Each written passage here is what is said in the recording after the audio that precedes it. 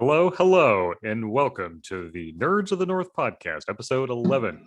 And tonight, well, we're going to be quite frank with you folks. We have fuck all to talk about in terms of media.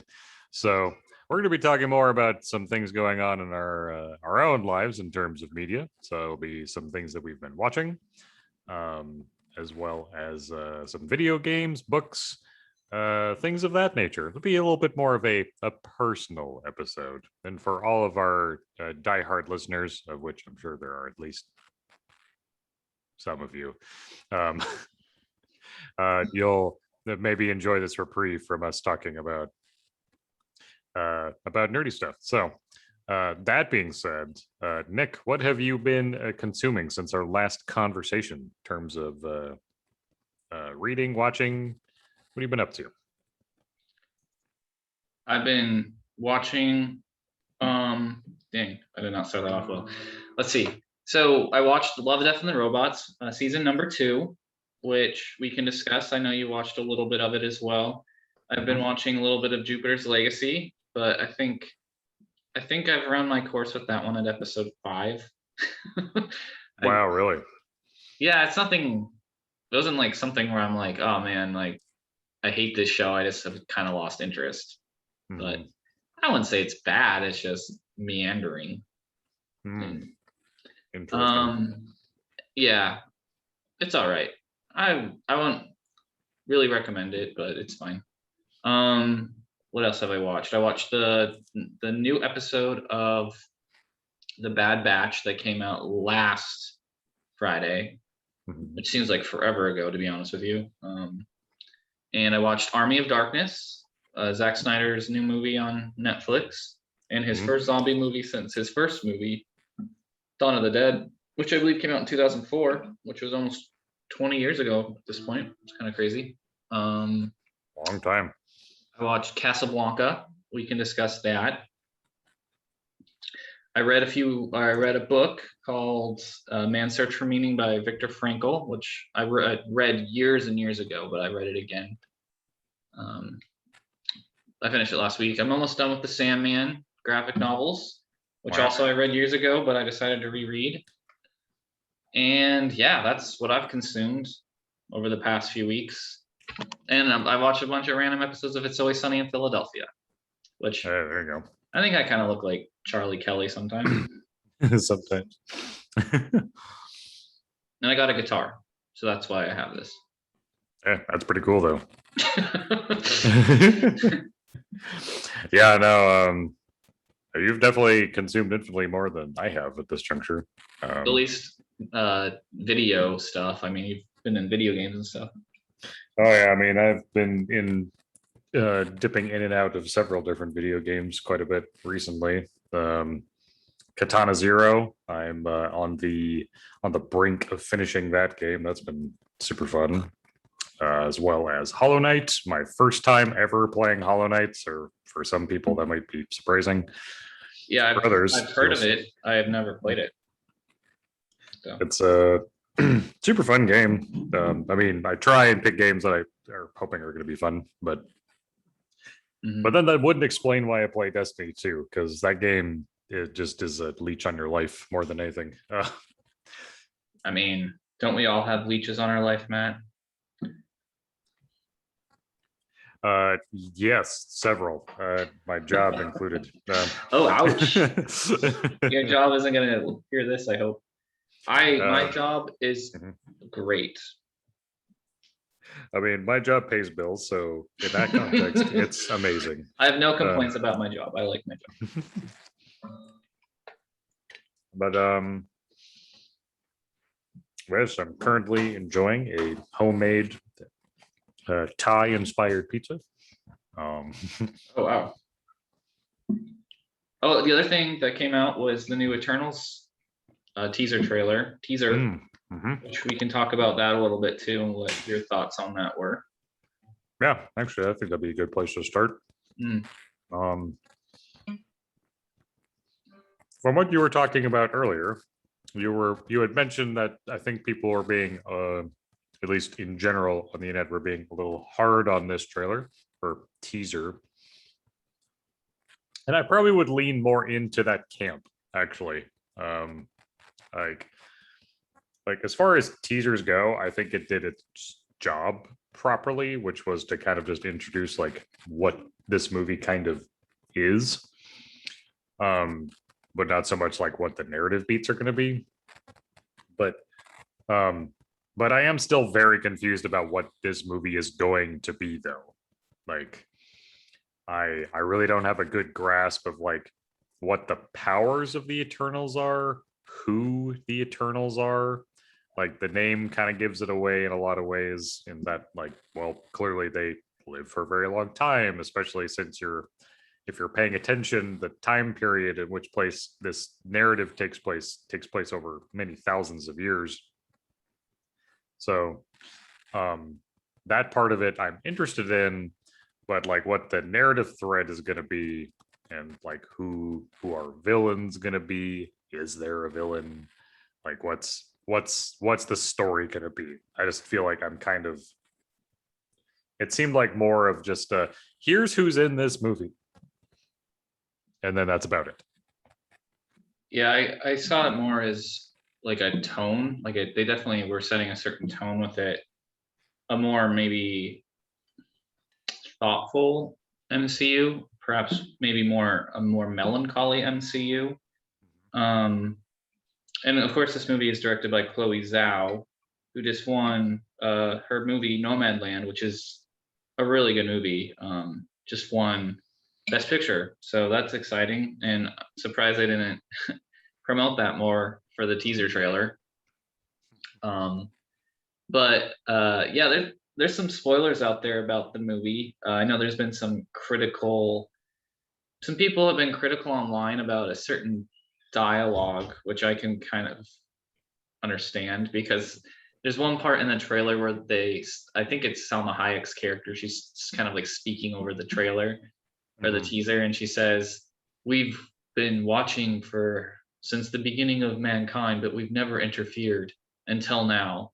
And there's several things that I think are kind of weird about that. Is that literally during the teaser trailer, you see them interacting with humanity, right, on like a so pretty regular basis. yeah, like, and so it's kind of strange thing to say that they never interfered. And then other people are like, well, so Thanos showed up and eliminated half the universe. That wasn't good enough for you to show up for Eternals, right? But the spoilers, from what I understand, and you can kind of see this. I forget the actor's name. Kamal something. Oh, Kamal Nanjiani. Yeah, I know him from Silicon Valley. You can see him in a Bollywood scene. So apparently they have been on Earth and they kind of forgot who they were. As far as I think that's where they are right now when the movie kind of starts. Like that's their present, is they don't really know who they are, but then they start remembering their past. Interesting. And these are pretty big spoilers. So apparently, and we can go into it a little bit. I don't know if you want to get spoiled, Matt, or if you care. Fuck it. Okay.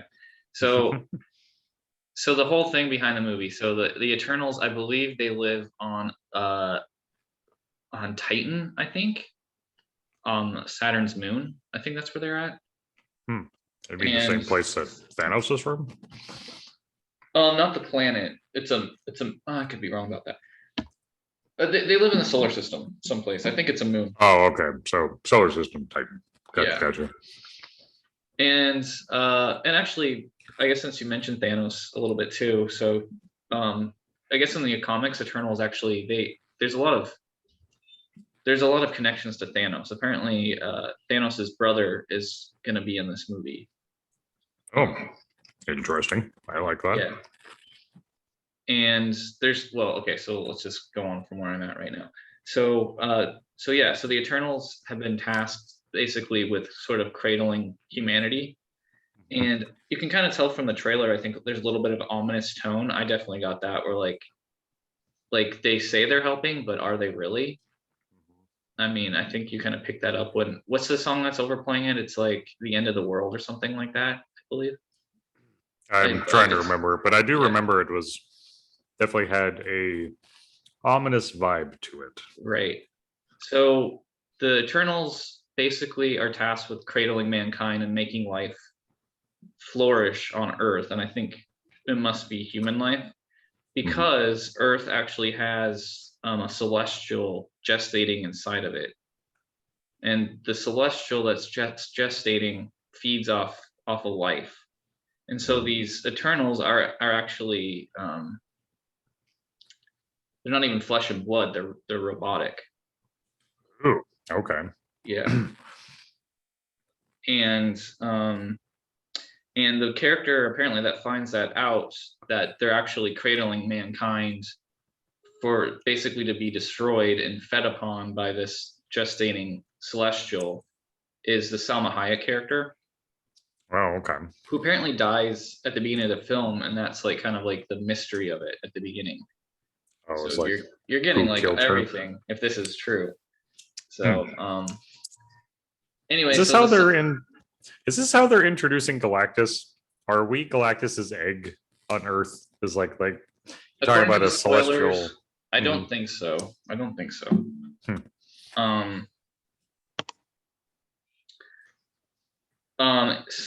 Anyway, where was I at this in this whole thing? Anyway, Salma yeah, Hayek's character died at the so beginning. they start waking up, they start remembering their past. They find out that they were actually like helping humanity to be destroyed, you know. So I guess lambs to the slaughter, I guess, would be the I don't know, that would it's the perfect metaphor.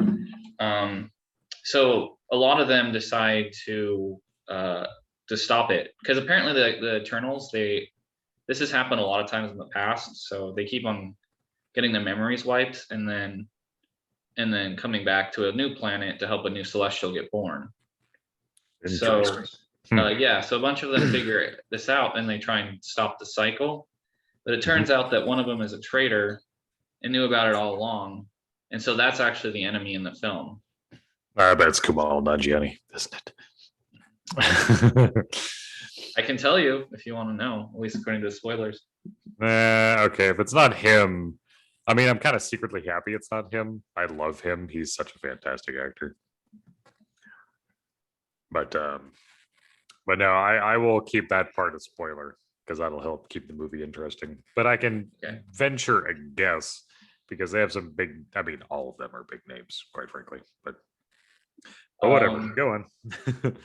Yeah, so one of them is a traitor, and that's basically the film. So they stop this celestial from getting birthed, but there's some people that are speculating that perhaps, and I just learned about these guys the other day. They're called the Beyonders, and they're actually even more powerful than the Celestials, and that they might somehow be involved with this as well. Who knows? But and also there's been speculation that, and I've kind of thought this all along. You said you were watching Gurren Lagann, right, Matt? I've started watching it, yes, but okay, I'm like 3 episodes in. There's something in Gurren Lagann I really would like to talk about, but I also don't want to spoil it for you. But it's like a pretty big. It's like a. I don't know. Do you plan on watching it to the end? I mean, I'm planning on finishing it. Yes.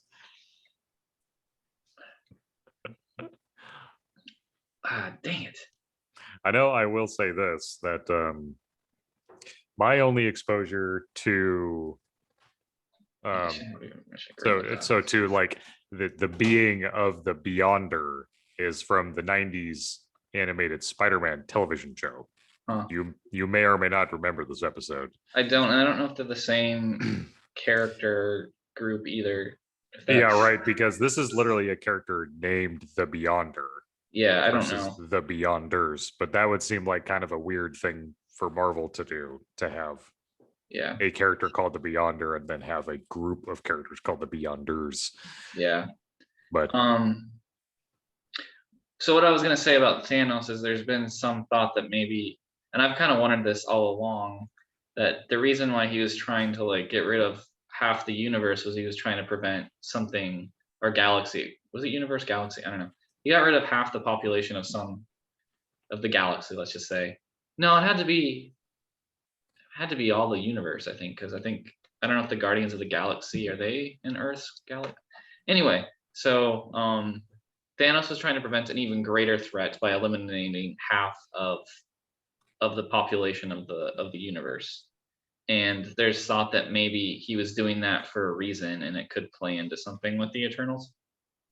Sure, I could see that. Yeah, I know for me, like I wanted like Chthon to play a role in the Eternals. I don't think he's going to. Mm-hmm. Because there's like Lovecraft vibes in that, which is pretty cool. Sure. But there's a little bit of Lovecraft vibes in the Eternals right now, and there's already, I guess Marvel has already apparently they've already greenlit Eternals 2. Already? Yeah, because from what I understand, like Chloe Zhao is a really prestige director right now, and Mm-hmm. there's been some speculation that this movie could be nominated for a few Academy Awards that Marvel doesn't usually get.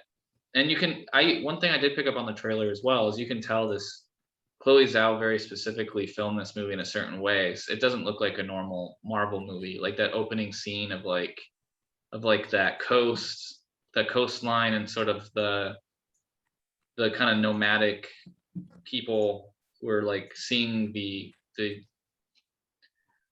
triangle craft show up with the Eternals in. Like that was definitely didn't really seem like a typical Marvel sort of shot. Usually there's a little bit more CGI.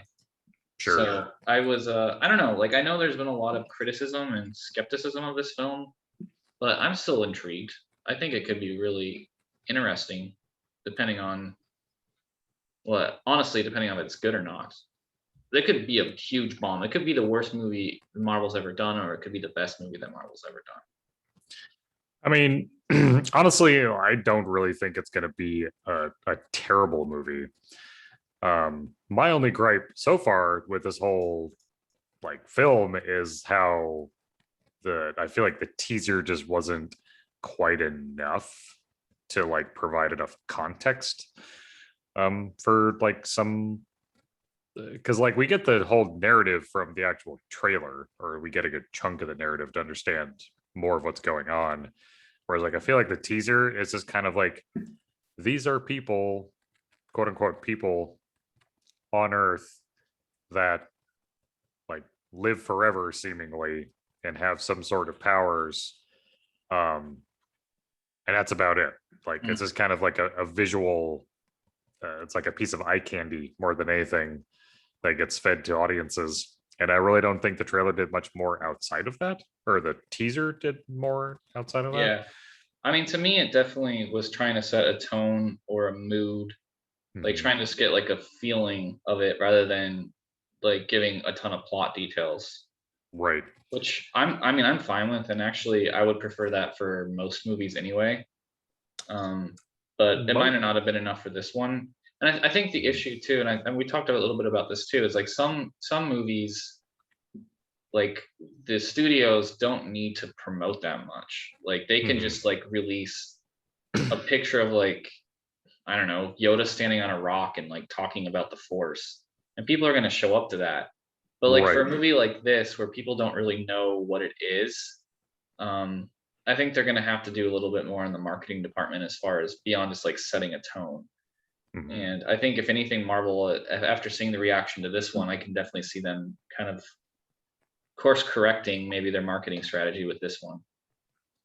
Yeah, I would agree that I think that like the marketing on this is kind of what's throwing me off, is I feel like they just keep throwing the name Eternals out there, and like not a lot of people knew who Iron Man was, like when the first Iron Man movie came out. But like, yeah, he was B-list, verging on C-list. No, probably not C-list. He's definitely B-list, I think. But these guys are like D-list, like easily, right? Like, so they're so far down the totem pole in terms of notoriety that I think that they might, the only reason they can even make this movie is because of obviously all the tremendous work that went into making this franchise what it is previously. But you still got to promote the damn movie, like, and you got to let people know that like this is what they're getting into. I mean, and like people will compare this to like Guardians of the Galaxy and those characters who really nobody knew about, and unless you were like a comic book fan, no one knew those characters except comic book fans. But Right. that movie was promoted really well. Hmm. And I remember seeing that trailer, I'm like, this looks super cool. Like, because you don't really see kind of those space action adventures like that often. And really Hmm. to take like a comedic tone with it, that almost gave like a weird like heavy metal vibe to me. I feel like constantly go back to that heavy metal movie from like the 1980s as like some sort of gold standard of Of that cinema. movie's not good, but like I love it for some reason, just like how ridiculous it is. But yeah, there's something about Guardians of the Galaxy really hit like a chord. It was one of the times that Marvel really caught lightning in the bottle. Like they've done it several times. Like they've done it with like Black Panther, obviously. They did it with Guardians of the Galaxy. Like those are the two big ones I can think. Well, Iron Man, obviously, if you want to go back that far. Like I think those three movies probably were like the lightning in the bottle moments. Because you can like say the Avengers.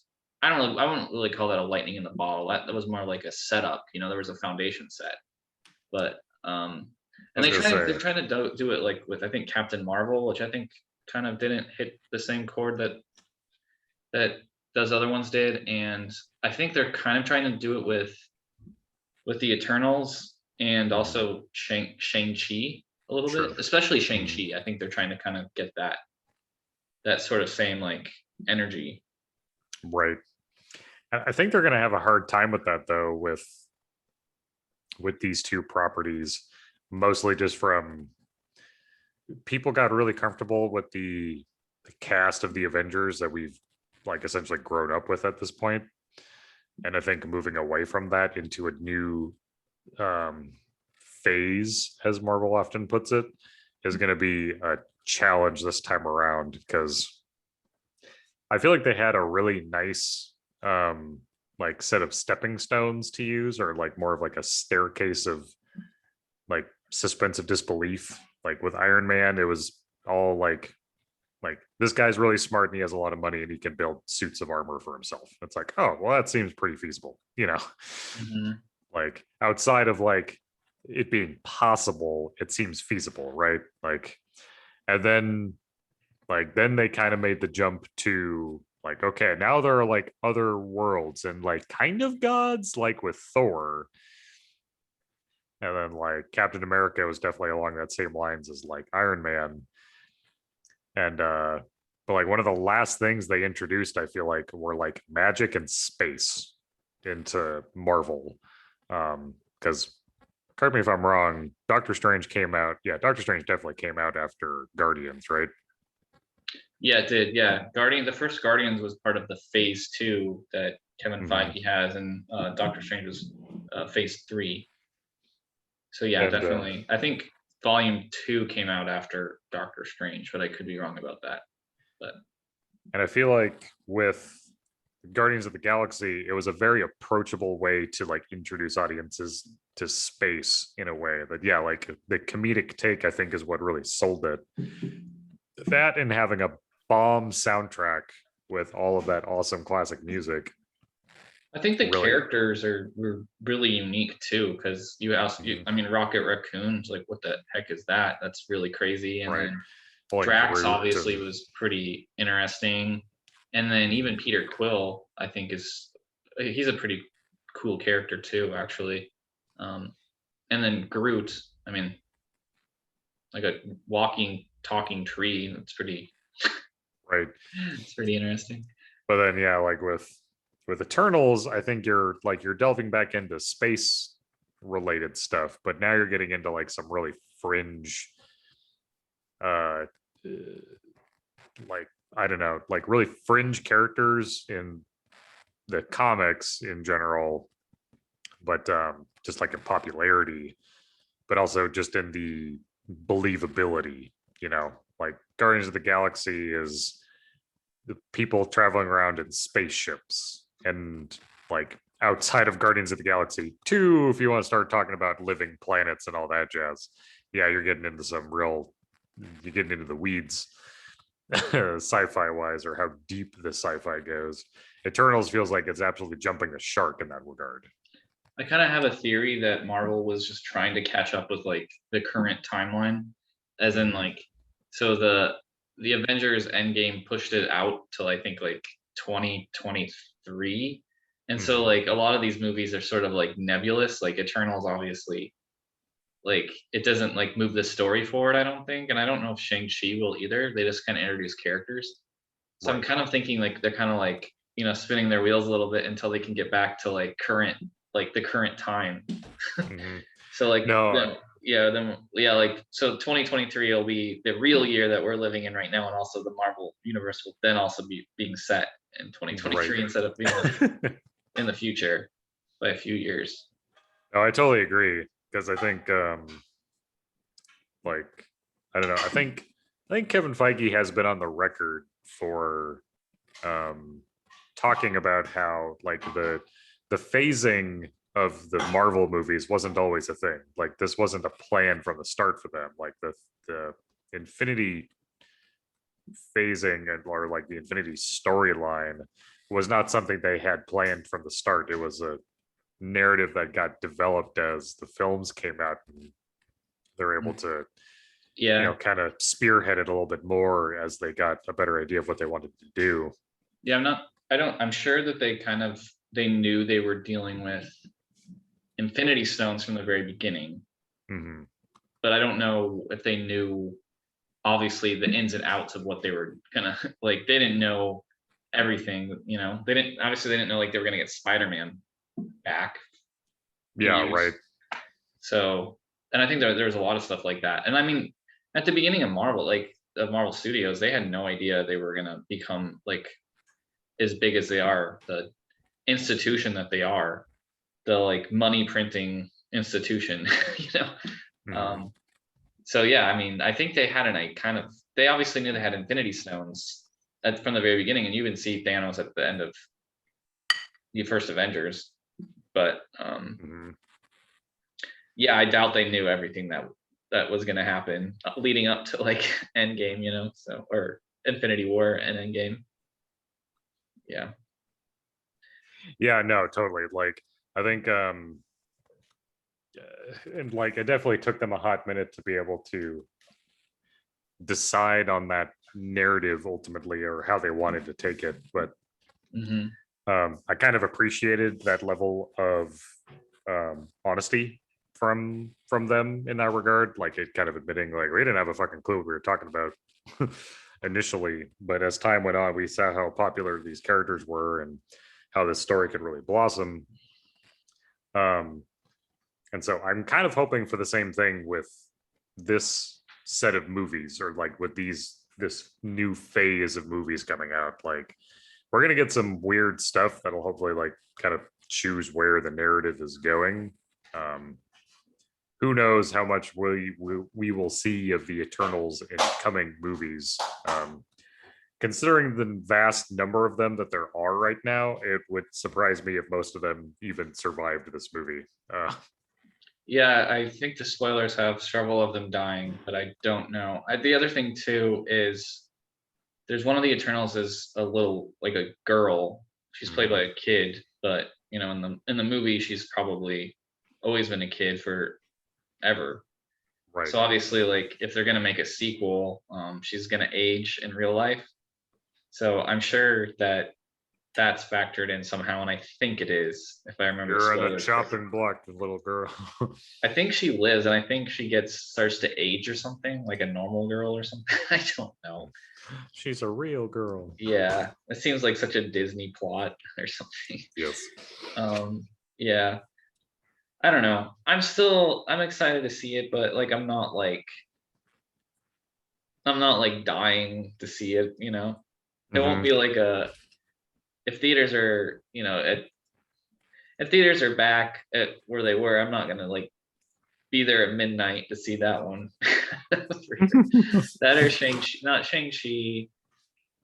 Black Widow, I'll probably just buy on Disney Plus. Right. Honestly, I'm not even really that excited to watch Black Widow. I'm more excited for Loki at this point. So, I would agree with that. I will definitely watch Black Widow. Because I think that'll be like a cool return to movie theaters that way. Because like I know that I will consider going back to the movie theater now because I'm vaccinated. But um, but yeah, like Loki just seems way more interesting to me right now.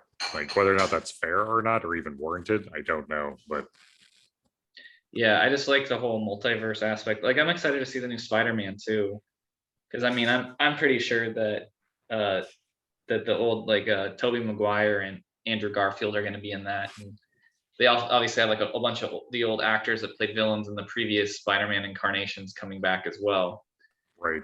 I mean, clearly like J. Jonah Jameson is going to be played by oh man, I can't remember his name right now. He even voices Omni-Man. I can't remember his name. What's his name?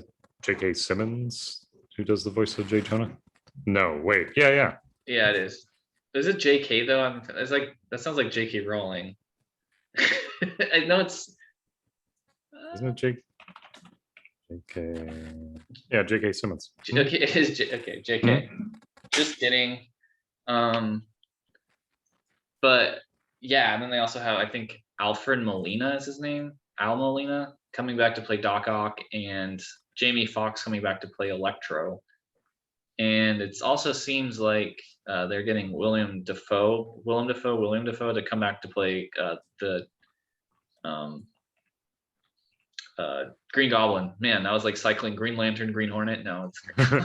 I think they're really missing a huge opportunity not bringing back Paul Giamatti to replace Rhino.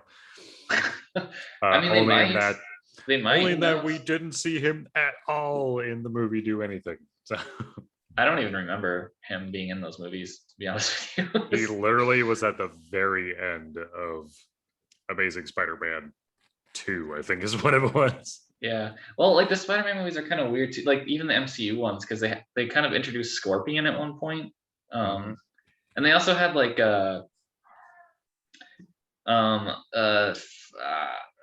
Childish Gambino, that guy. I can't remember his name either right now, but he was in the first Spider-Man movie. Yeah, Donald Glover. Yeah, it was like he was there, but they never did anything with him. So I hope Donald Glover was in the first, like which one? Amazing Spider-Man with No, the first MCU one. See, you don't even remember, but he was. Oh. Yeah, that's weird. Yeah, I don't recall him being in that movie, but he very well was probably. I mean, I know he played a character, and I think the character's from the comics. I think he's like a petty thief or something. Prowler. He plays Prowler. Prowler? Yeah. Really? Yep. Weird. Yeah. Anyway, so that was the thing, but because like for a long time, that actor wanted to be Spider-Man. Do you remember that? There was like a whole thing about that. He like auditioned for it, and there was a lot of people online who were like, they should give it to Donald Glover. Well, yeah, because everyone wants him to play Miles Morales. He's too old at this point, I think. But I would agree. Yeah. But I think that's really interesting that he played, or he was cat. Is that what it says in the like casting, or like that he was? It said Prowler. Yep. I just found that really interesting because. Oh, and apparently, within the universe, he's Miles Morales's uncle. Yeah, well, because you're talking about Into the Spider-Verse, like that's, he's like the purple, like the noise guy, like from Into the Spider-Verse. That's Prowler. That's why I was really confused when you were talking about that. Yeah, I didn't make that connection, but yeah, he played Prowler. So I'm gonna stand by that impression of that noise, by the way. Yeah. Here, I got something for that. Oh God, no.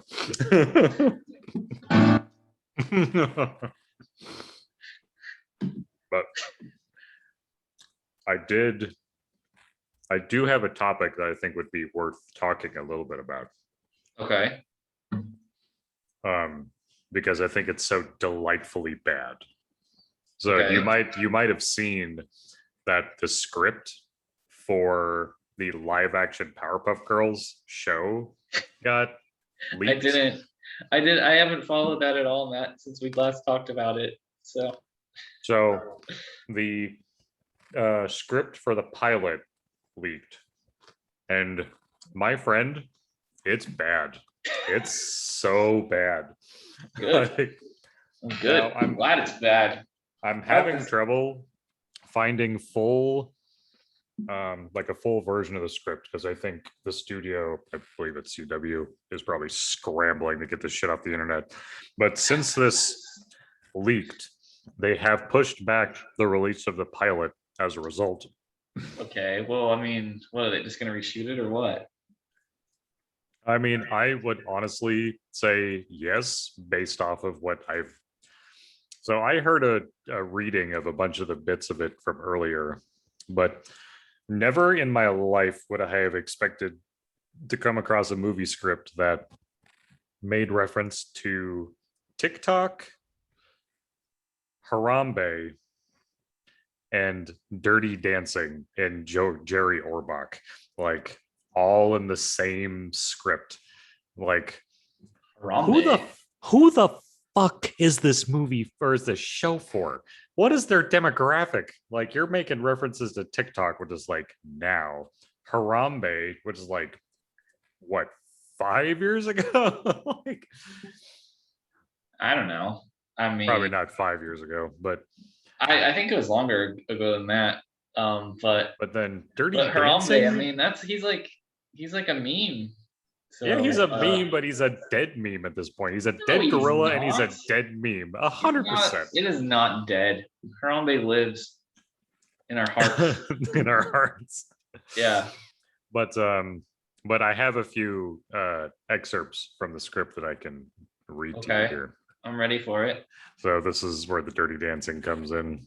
So this is Bubbles speaking first. Look, we loved being Powerpuff Girls, but sometimes we wanted to be other things too, like in Dirty Dancing. Baby wanted to join the Peace Corps, but she also wanted to be a fancy slut, and her dad didn't get it. A character named Drake speaks and says Jerry Orbach was doing his best to understand. All right.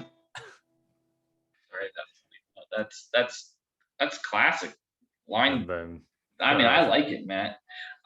You know, if this show is gonna exist, don't you kind of want it to be bad? I'm not gonna lie. Like I don't want it to exist at all. I don't want it to be good. I don't want a live action Powerpuff Girls. What I want is a cartoon Powerpuff Girls. Like it's not a reboot. What I want is Rugrats all grown up for the fucking Powerpuff Girls. That's what I want. I think. Did you know like Netflix? Okay, we're gonna go through the scripts more. Netflix? No, not Netflix. CBS? No, Paramount Plus. Man. So there are so many. I think they're like doing a new iCarly. I think they're doing a new Rugrats, and I think they're doing something else new. Oh yeah, they're the original creators of Avatar coming back and doing some. They're like making an Avatar universe. Oh God, what? But it's the original creators, and it's weird. But Netflix is also making their own version, a new animated Avatar that the creators were on, but they had a difference of opinion, and so they left to go to Paramount Plus to make it there. But Netflix is still making their own version of Avatar. That's also a cartoon. So, yeah, well, it's called Dragon Prince, huh. and it's a fantastic show. Like I've rather enjoyed it. Oh really? Yeah. When did that come out? Dragon Prince? It's been out for quite a while now. Like, huh. I didn't think. I thought this was Is it an animated show?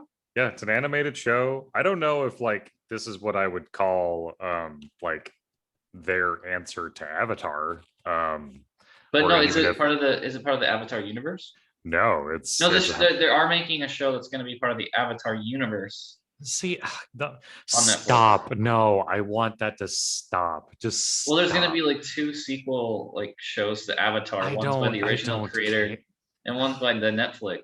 I don't give a fuck. Dude, the original show was fine. Just fucking leave it be. Unless it's, here's the deal. Like with Avatar, they have a lot of wiggle room in terms of like when they can set the show. Like, right? With maybe the exception of after the Legend of Korra series, because that show kind of without spoiling too much does kind of bring things to a pretty heavy close. But Like they could set tons of seasons of Avatar previously though with different avatars. Like Yeah, and I don't know what the timeline is on it. For some reason I think it's Aang when he's older though, like he's and older. like and I love Aang and I love the whole series of Avatar, the original series.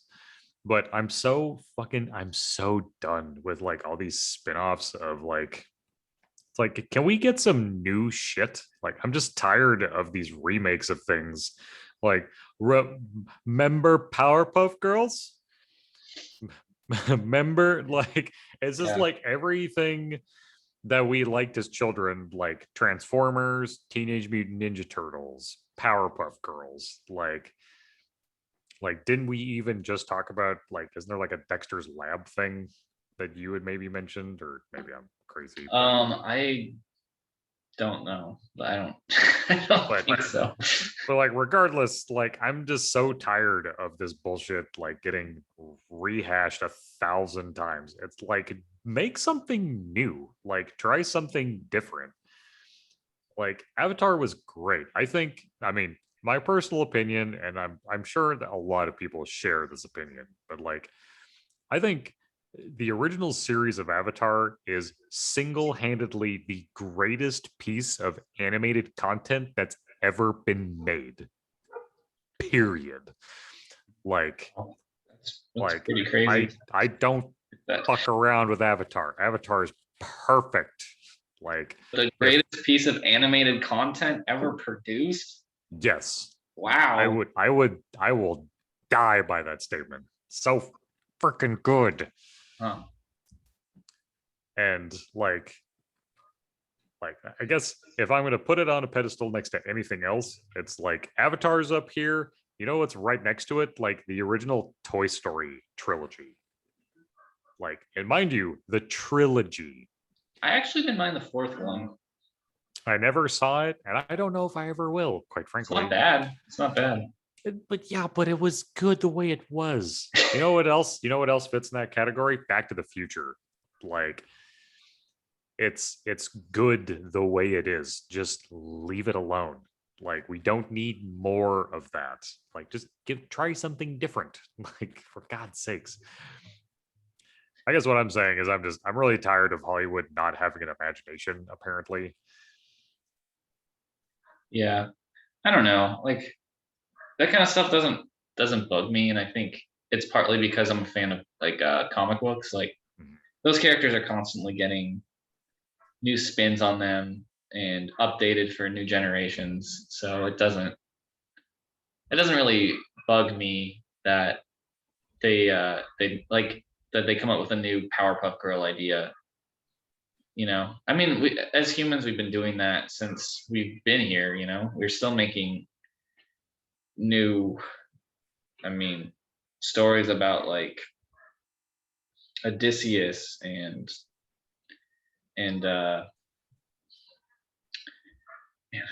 man, I'm terrible. I mean, we're like even Disney's been making like Cinderella for Achilles. I don't know, but yes, I mean Cinderella. Like that's from like the Middle Ages, right?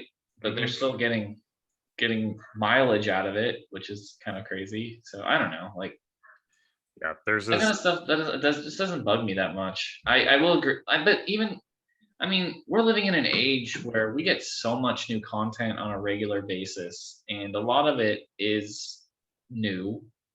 A lot of it's reimagined. A lot of it's continuation of other things. And as long as they're like, I don't know, as long as they're like, is some of everything, I think I'm happy.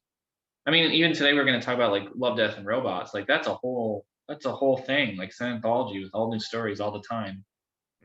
Um, MCU, like that's technically a reimagination of something that came before. It is. I mean, there's no if fans of us, it is, So I don't know. If they want to make Powerpuff Girls into a teenage dramedy, more power to them. See, God, I just like if something like that is going to be made, mind you, I don't want it to be made, but if something like that is going to be made, then I want it to for it to at least be taken seriously enough for it to But the original didn't even take itself that seriously, though. No, but it's still like, and I don't hold any sort of reverence necessarily for Powerpuff Girls, but I sure as shit do for Avatar. Like I really don't want more of Aang, quite frankly, in his storyline. Like I think we got a really great amount of him in the original series, along with Sokka and Katara and everyone else. Like I think we had a really great, well-rounded storyline that we don't need any expansion upon necessarily. And I don't often feel like saying that. Like I don't often feel like I say that regarding a property that I really like. I usually find myself wanting more, but like Avatar was just so good. I was like, it's like a well-rounded meal. Yeah, I got what I needed out of it, and I'm really happy with the way it is. Well, I mean, so the original people behind the first Avatar and Korra are coming back. So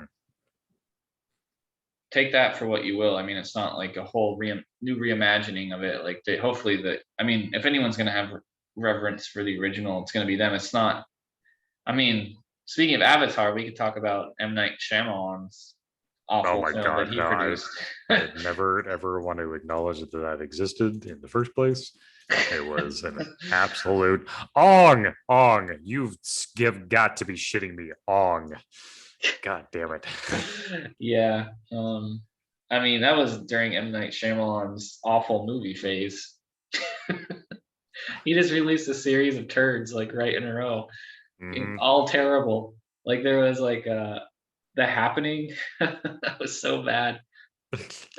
And then there was I think there was one with like Will Smith and his son. I can't even remember what that one was. I didn't even watch it. Oh shit. It was, I keep wanting to say it's Planet Earth. It's not, it's something Earth. Yeah, After Earth or after Earth. I think that's, I'm pretty sure that's it. Yeah.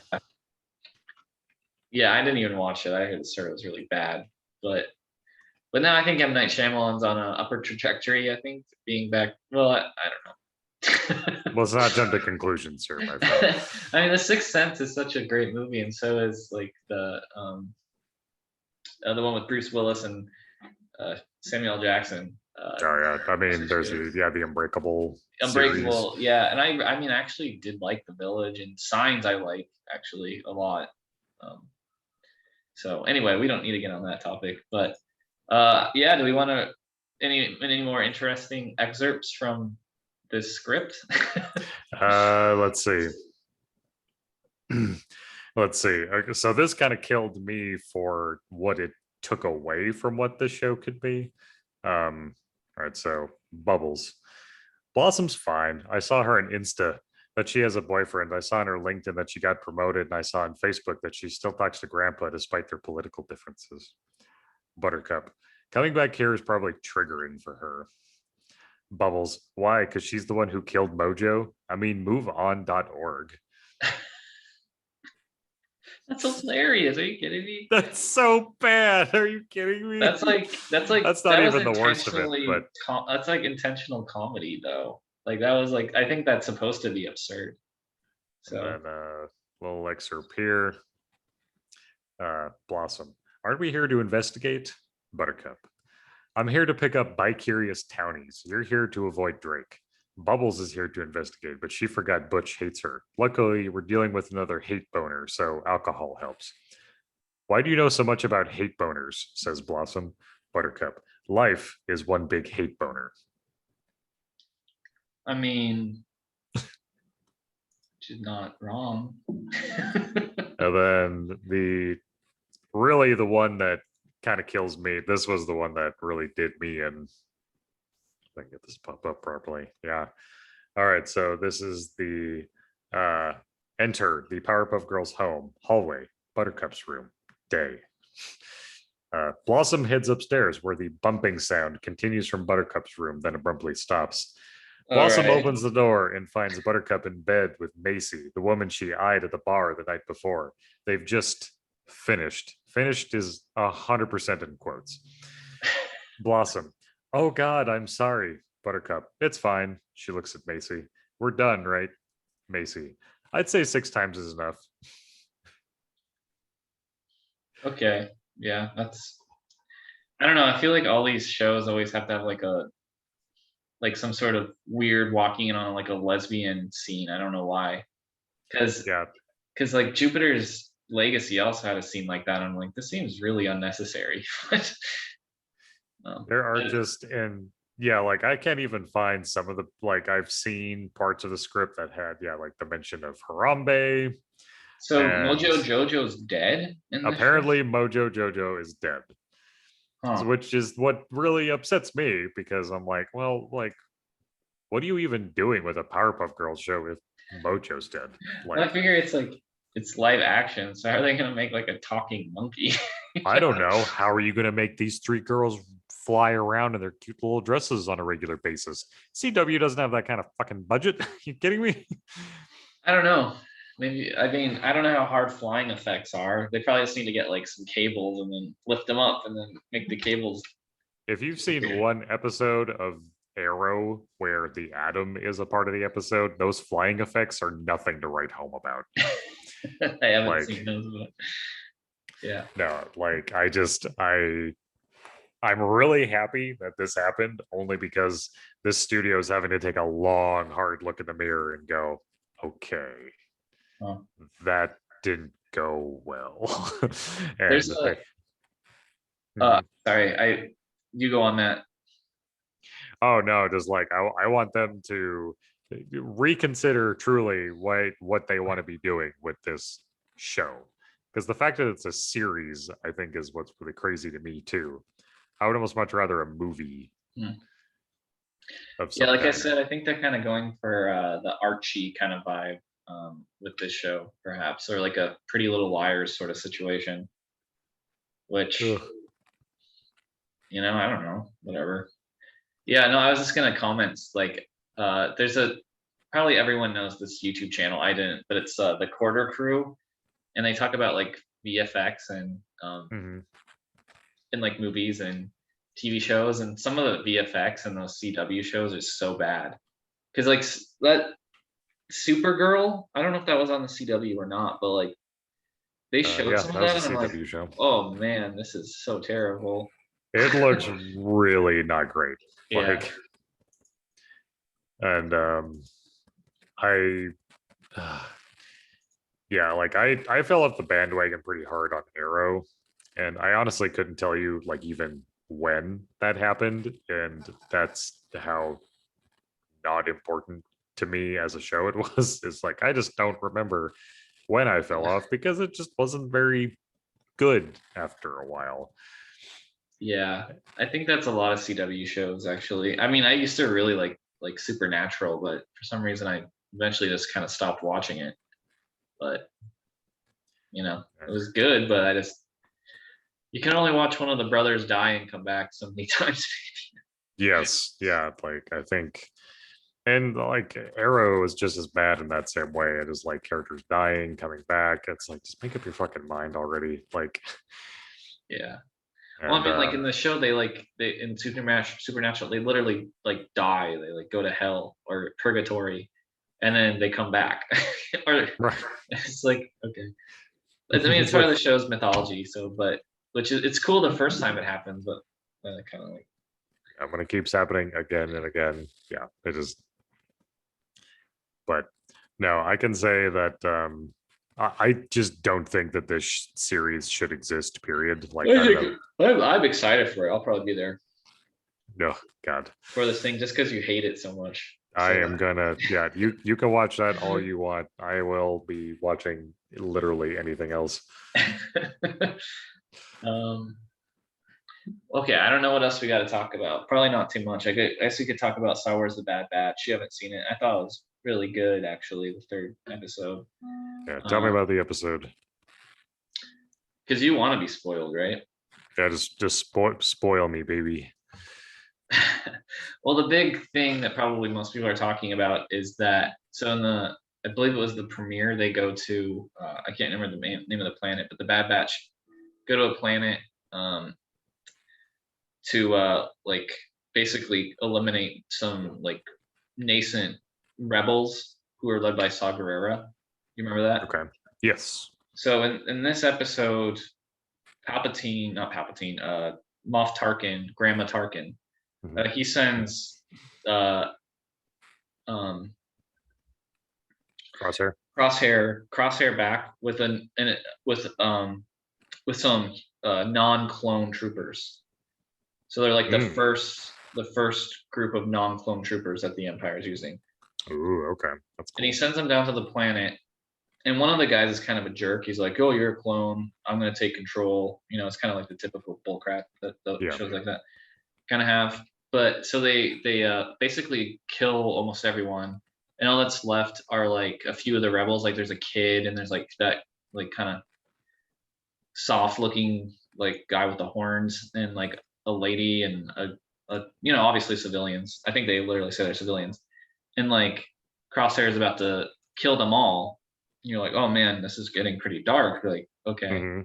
But then one of the guy that was like, I'm gonna take charge. You're just a clone. He like comes up. He's like, no, we can't do this. Like that's not right.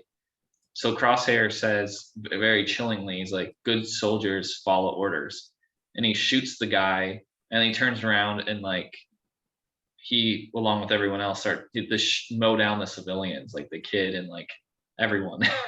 Oh my god.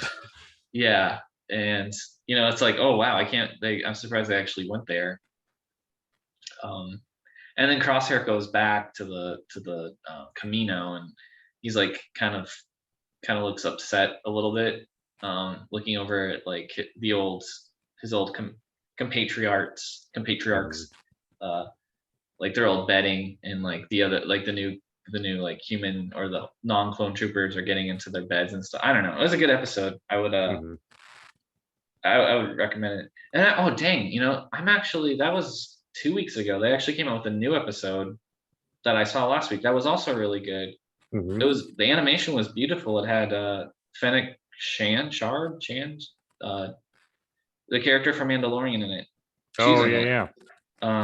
It was really good. That one's good too. Like it has an excellent chase scene. Like it was good.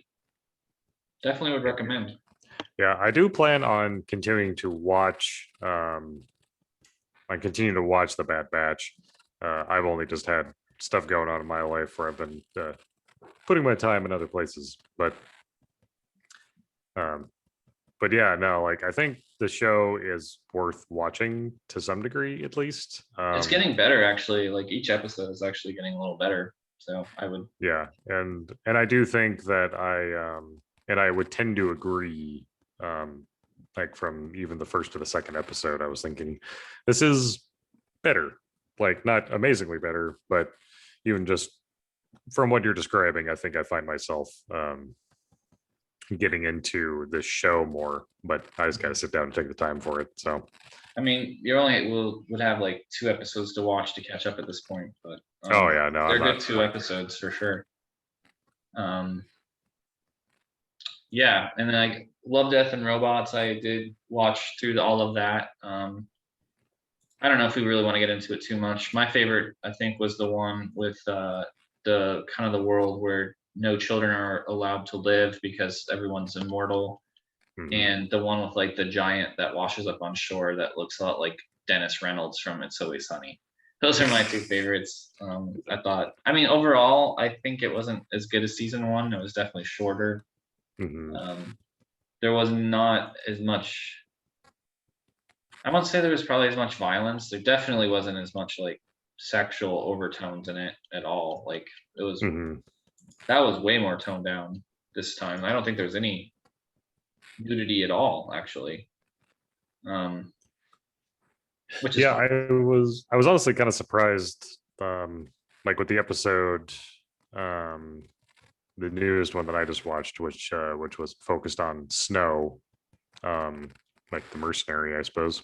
But yeah, like he has an encounter with a woman in that, and I was very surprised that they didn't show just full on nudity. Yeah, I thought they were going to go that way too. And it disappoints me a little bit. Like not that I need to see gratuitous sex scenes or titties or anything like that. It's not that it's adding that much to the show, but I think what it shows is that like now that it's a little more mainstream versus how it was before, they had to like bring it down to reach a wider audience. And I just that screams of cowardice, I think. It's just like, just stand by your product, man. Like, fuck. Like, the first season did so well because of it was what it was. Yeah. Yeah. I mean, if you want to talk about heavy metal, that show was directly influenced by heavy metal, which also had a lot of nudity in it. Mm-hmm. I'm very aware of heavy metal. I haven't seen heavy metal, but I am very aware of its influence for a long time on. Yeah, I never read the magazine or anything, but like the movie, yeah, the movie is really crazy. I would recommend watching it just to be like floored that this thing actually exists. But yeah, yeah, I would definitely. If you should take the time to watch it. I Yeah, think I think you'll see a lot of like stuff influenced by it. Weirdly enough, like you'll see a lot of it, a lot of places. I mean, you'll definitely see it in that South Park episode with like the cat pee.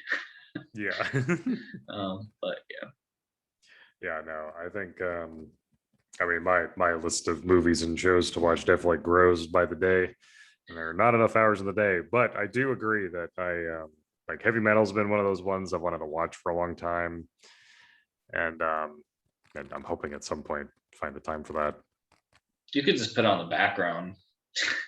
Nah, but if I'm gonna put it on, I want to try and I like don't know. It's like it's an enjoy it. Yeah. anthology kind of movie. So each story in it has like an interconnected, like there's something that connects the stories together, but it's very tenuous at best what that connection is. Yeah. It's like just like a green emerald or something that goes between the different stories. That's all it is. Like the stories are all just these crazy, crazy, weird stories, science fiction stories.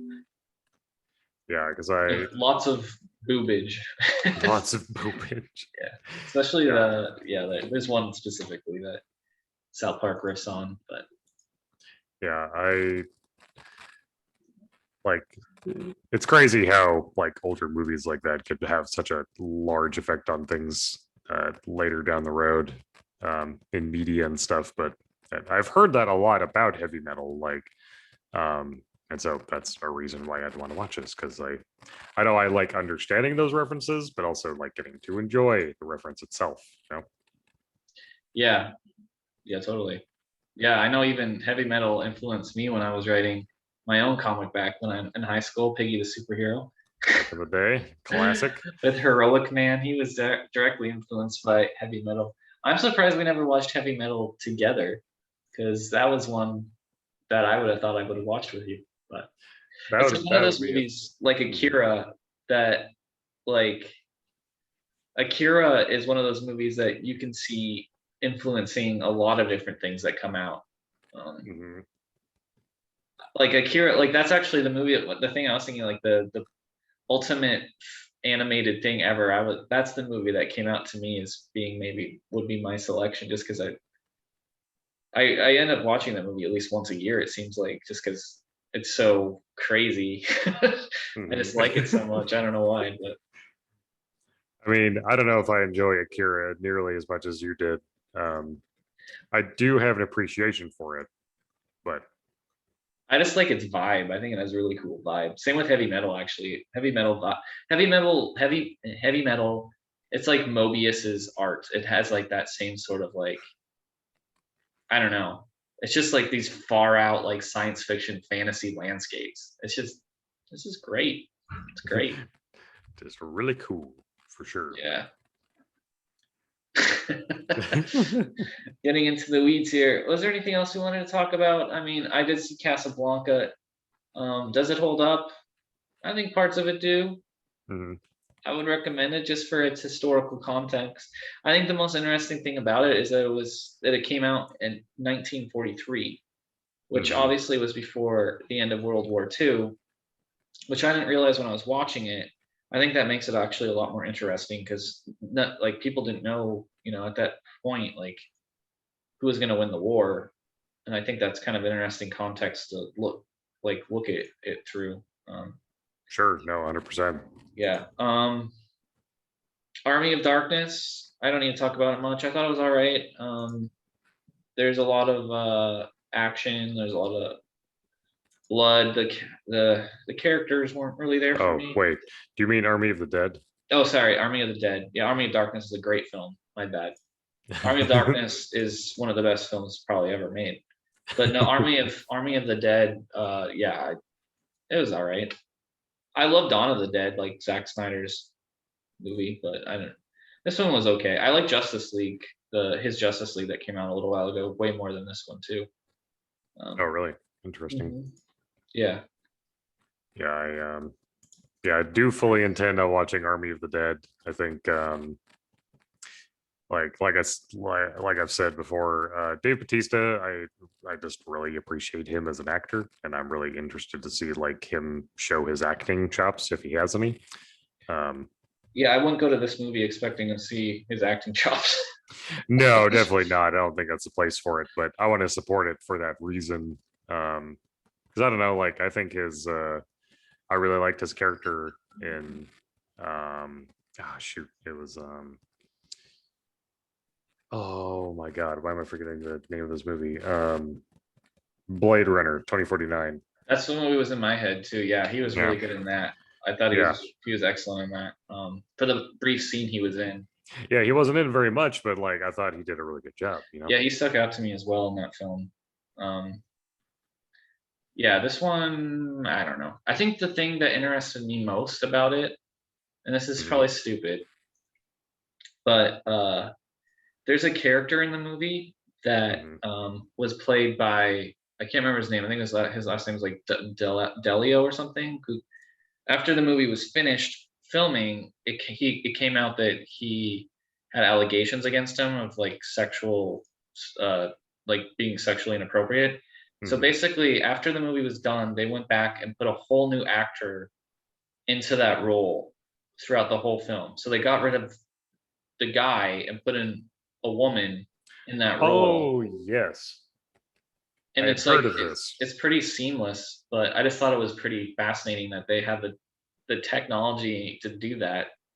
um Yeah, that's something that I actually was really interested in watching this movie for because not only because I want to see how they did that because that seems pretty bonkers that they did that, but also that apparently there are a few moments where you can like see through that. Like they didn't catch the pronoun change in a few places, like oh of really? the he or she, and then and I guess like Dave Bautista's sight line, like where he's looking, if he's looking into a character's eyes, is off. Like when she's in the scene, he's looking up above her because the Yeah, original actor was taller. yeah. And um I find I that mean, type of stuff fascinating. I was just gonna,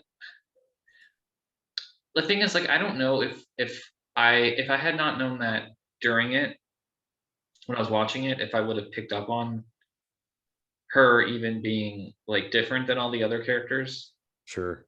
or actors there.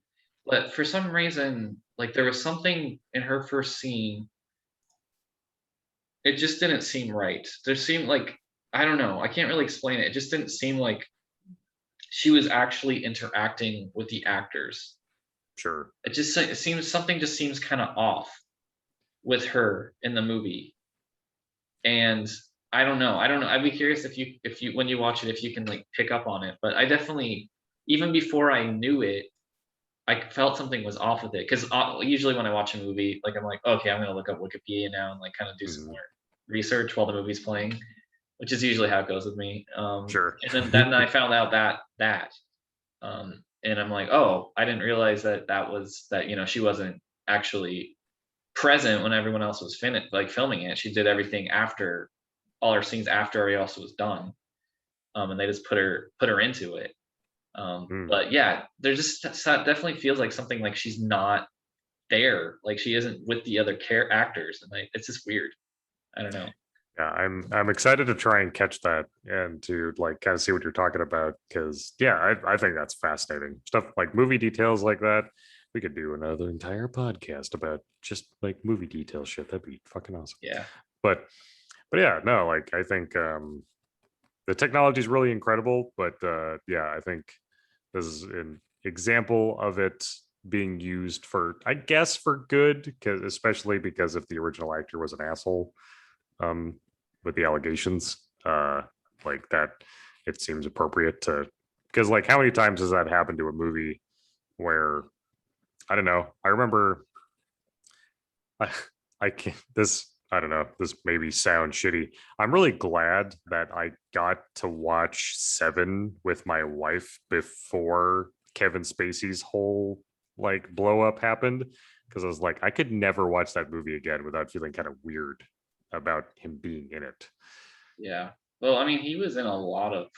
He was in a ton of movies that I Yeah. liked, like Baby Driver takes on a whole new context when you know about Kevin Spacey's goings on in the present. Yeah. I mean, for some reason, I never liked him. Like, I acknowledge that he was like a good actor. Just Mhm. something about him seemed kind of like smarmy. Oh And yeah, just I think he I always oozed felt like kind of smart. like he wasn't like he was kind of a jerk or something. And I don't know what it was, but I just got a particular vibe from Kevin Spacey even before all this stuff came out that he was kind of like Shitty. I didn't think I would like him as a person. And that's not always true. You shouldn't judge people like that. But in this case, I don't know. I guess it did turn out to be that way. So yeah. But anywho, now I think that you and I have run the content well dry this evening. The world of like Marvel cinematic content is not currently happening right now, and the Star Wars pile of things is Bad Batch, which isn't bad, but It is. that It's it's bad. but It's a bad batch. I was just I hate that both of us wanted to make that joke. That was a race to the bottom. That's what that was. But but anywho, yeah, I think we're gonna maybe have some slow weeks on the podcast regarding content, so we might have more kind of casual conversations like this about just goings on in the movie world and how much I still hate the Powerpuff Girls live action remake. So I think but I think it should be a Lord of the Rings esque trilogy. oh god, you need to shut your whore mouth. But with that being said, Nick, unless you had anything else to add, I think we might be good for this episode.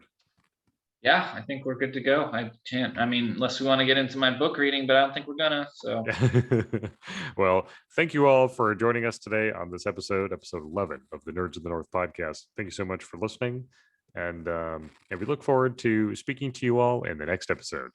Thanks, and have a great night. bye, everyone.